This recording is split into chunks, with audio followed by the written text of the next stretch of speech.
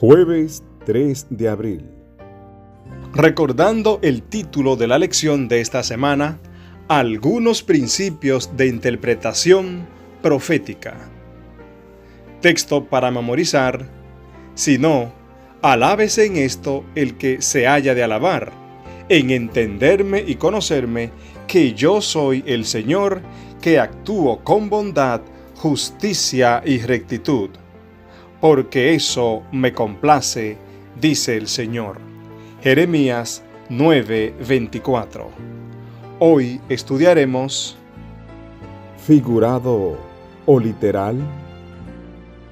Una de las cuestiones clave que deben abordar los estudiosos de la profecía es cómo determinar si el lenguaje de la Biblia debe ser interpretado de manera literal o figurada. ¿Cómo decidir si el autor utilizó un lenguaje simbólico y qué representa el símbolo en cuestión? La mejor manera de hacerlo es ver cómo se ha utilizado esa figura o símbolo en toda la Biblia, no cómo se los utiliza actualmente. Por ejemplo, algunos consideran que el oso de Daniel 7 simboliza a Rusia, pues ese animal es utilizado hoy a menudo como representación de esa nación. Esa no es una manera sólida ni segura de interpretar el simbolismo profético. Busquemos los siguientes textos y permitamos que la Biblia sea su propio expositor o intérprete, es decir, que defina sus propios términos. ¿Cuál es el símbolo profético común a cada grupo de textos y qué representan según la Biblia? Daniel 7:7 dice: Después de esto miraba yo en las visiones de la noche, y he aquí la cuarta bestia, espantosa y terrible, y en gran manera fuerte, la cual tenía unos dientes grandes de hierro.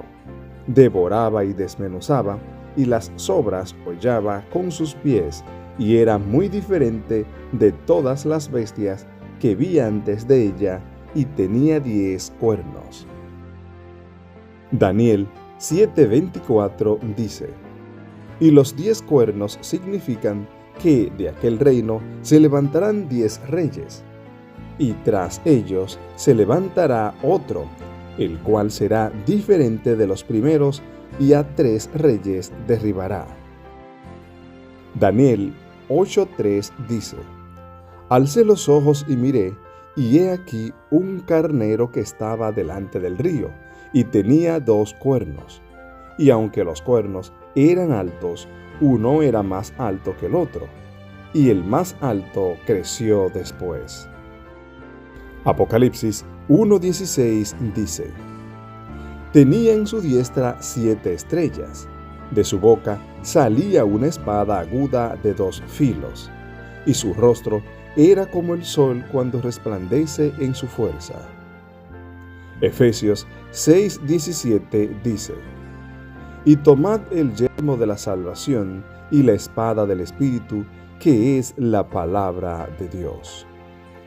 Hebreos 4:12 dice: Porque la palabra de Dios es viva y eficaz, y más cortante que toda espada de 2 filos, y penetra hasta partir el alma y el espíritu, las coyunturas y los tuétanos, y discierne los pensamientos y las intenciones del corazón. Apocalipsis 12:1 dice: Apareció en el cielo una gran señal, una mujer vestida de sol, con la luna debajo de sus pies, y sobre su cabeza una corona de 12 estrellas. Apocalipsis 21:2 dice: Y yo, Juan, vi la santa ciudad, la nueva Jerusalén, descender del cielo de Dios, dispuesta como una esposa ataviada para su marido.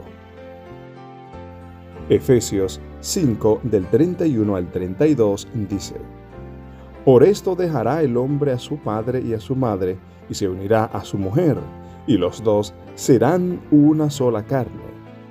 Grande es este misterio, mas Yo digo esto respecto de Cristo y de la Iglesia.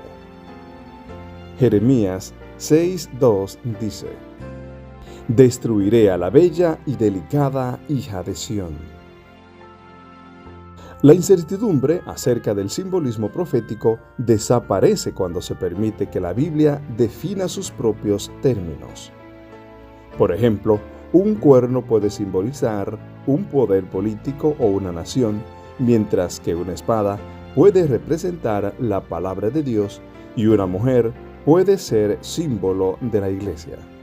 Esto demuestra claramente que la Biblia se explica a sí misma. Lo que queda por responder, sin embargo, es por qué Dios se comunicó mediante símbolos en lugar de hacerlo de manera directa, explícita. ¿Por qué, por ejemplo, Pedro se refiere críticamente a la ciudad de Roma como Babilonia en 1 Pedro 5:13? Puede haber muchas razones por las que Dios eligiera comunicarse simbólicamente en la profecía. Por ejemplo, si el Apocalipsis hubiera nombrado claramente a Roma como la autora de tantos males, la persecución de la Iglesia, de por sí intensa, podría haber sido aún peor. Sean cuales fueran las razones, podemos confiar en que Dios quiere que entendamos el significado de los símbolos bíblicos. Para finalizar, aunque algunos símbolos y profecías sigan resultando un misterio o un desafío, ¿cómo puede fortalecer nuestra fe el hecho de enfocarnos en lo que sí entendemos? Dios te bendiga.